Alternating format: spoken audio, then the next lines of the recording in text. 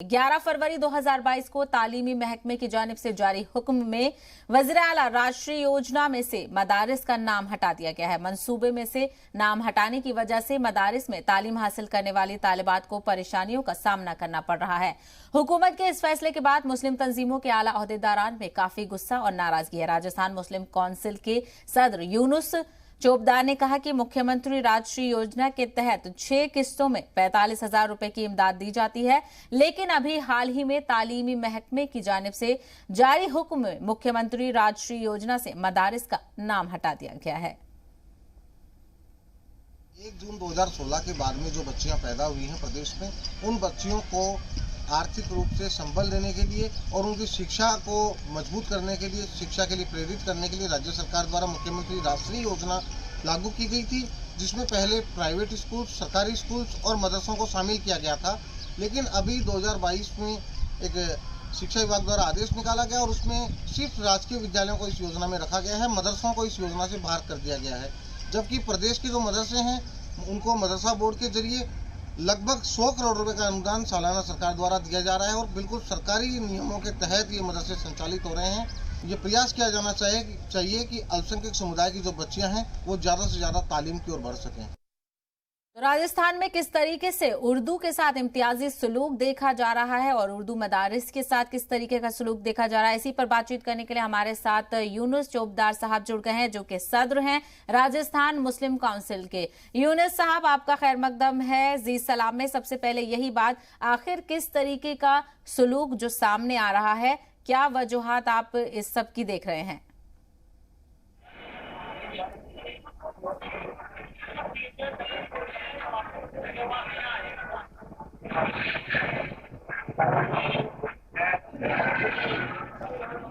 क्या आपको मेरी आवाज मिल रही है? हेलो।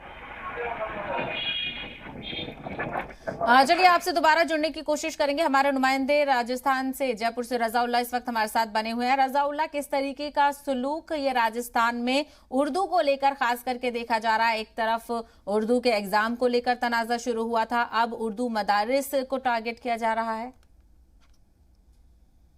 जी बिल्कुल, साफ तौर पर शेफाली, देखिए राजस्थान की अगर बात की जाए तो जो कांग्रेस हुकूमत हो वो भले ही ये कहती हो कि हम मुसलमानों और अक़लियतों के लिए खास काम करते हैं, लेकिन गुज़िश्ता चंद रोज से ऐसा नजर आ रहा है कि जो राजस्थान की कांग्रेस हुकूमत है वो मुसलमानों के लिए किसी तरह से कोई काम नहीं कर रही है। और जहां तक बात स्कीम की जाए तो 1 जून 2016 को जो बच्चियां सरकारी अस्पताल में पैदा हुई थी, उन तमाम लोगों के लिए मुख्यमंत्री राष्ट्रीय योजना की शुरुआत की गई थी। इस शुरुआत के तहत जो 45,000 रुपए 6 किस्त में अलग अलग तरह से उन तमाम बच्चियों को दिए जाते थे, चाहे वो प्राइवेट स्कूल में दाखिला लो या फिर सरकारी स्कूल में या फिर मदरसों में। लेकिन अगर देखा जाए तो 11 फरवरी 2022 को महकमा तालीम के आला अफसरान की जानिब से एक आदेश जारी किया गया।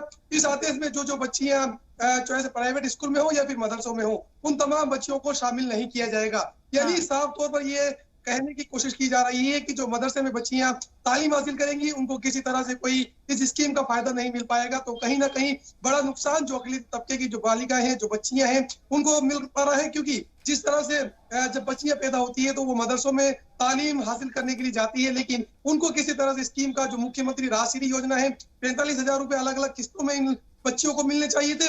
लेकिन जो फरवरी के अंदर आदेश जारी हुआ है, इस आदेश के बाद में सीधे तौर पर जो अक़लियती तबके की बच्चियां हैं उनको यहाँ पर नुकसान का खामियाजा भुगतना पड़ रहा है। और बड़ी बात यह है कि जब ये बड़ा मौजू उठा है तो राजस्थान हुकूमत की जो अक़लियती वजीर सालेम मोहम्मद है, उन्होंने राजस्थान के वजीर आला अशोक गहलोत को कुछ ही वक्त पहले खत लिखा है और ये मुतालबा किया है कि जल्द से जल्द राष्ट्रीय योजना में वापस मदरसों को शामिल किया जाए, ताकि अक़लियती तबके की जो बच्चियां हैं उनको किसी तरह से कोई परेशानी का सामना नहीं करना पड़े।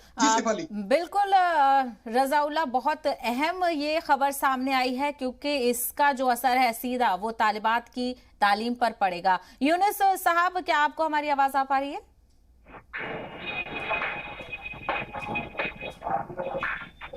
हेलो जी, क्या आप मुझे सुन पा रहे हैं? जी मैम, जी मैम। हाँ सर, ये बताइएगा, जिस तरीके का ये फैसला सामने आया है, मदरसों के जो तालिबात को फंड मुहैया कराए जाते थे उस लिस्ट से हटा दिया गया है, तो किस तरीके का सलूक ये आप देख रहे हैं राजस्थान हुकूमत का? क्योंकि दूसरी रियासतों में अपोजिशन के नाम पे कई मामलों को लेकर टारगेट करती है, और अपनी स्टेट में किस इस तरीके का रवैया किस तरीके से देख रहे हैं आप?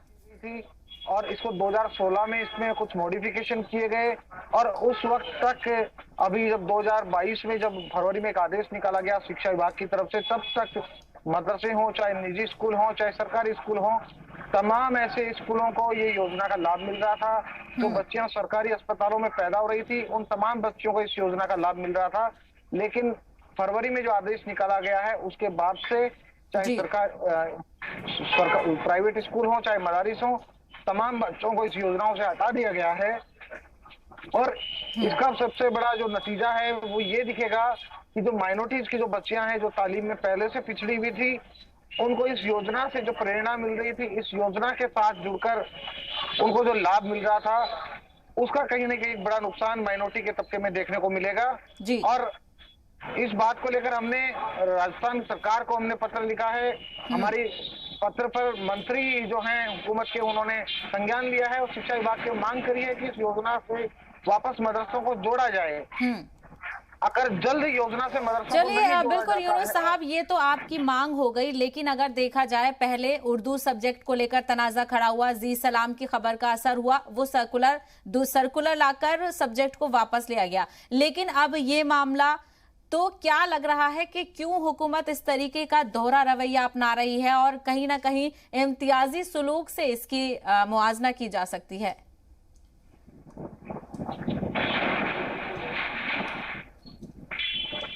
हेलो जी मैम, क्या आपने सुना मेरा सवाल? मैं ये कह रही थी, ऐसा क्यों हो रहा है, क्यों हुकूमत इस तरीके का दोहरा रवैया अपना रही है? एक तरफ उर्दू के सब्जेक्ट को लेकर तनाजा खड़ा हुआ कुछ दिन पहले, और अब मदरसों को लेकर फिर से एक बार टारगेट किया जा रहा है। देखिए, हुकूमत सिर्फ चंद लोगों की होती है, लेकिन जो ऑफिसर्स होते हैं उनका बड़ा एक किरदार होता है इन तमाम चीजों में। जो पॉलिसीज होती हैं, उनको पॉलिसीज को डेवलप करने में, पॉलिसीज को इम्प्लीमेंट करने में, और कहीं ना कहीं एक जो जितने विवाद खड़े किए जा रहे हैं, मुझे लगता है सिस्टम में जो अधिकारी बैठे हैं उन लोगों द्वारा ये जो विवाद खड़े किए जा रहे हैं, ताकि हुकूमत को भी नुकसान हो सके और अकलियत के लोगों को भी इस चीज का नुकसान हो सके, और आने वाले चुनाव में अकलियत के लोग सरकार के खिलाफ काम करें।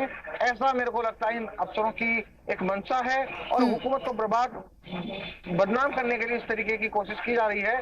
हमने हुकूमत को बार बार चेताया है, अफसरों की जो मंशा है उसके बारे में हमने हुकूमत तक बात पहुंचाई है, लेकिन हुकूमत ने अभी तक इस बात को लेकर कोई संज्ञान नहीं लिया है।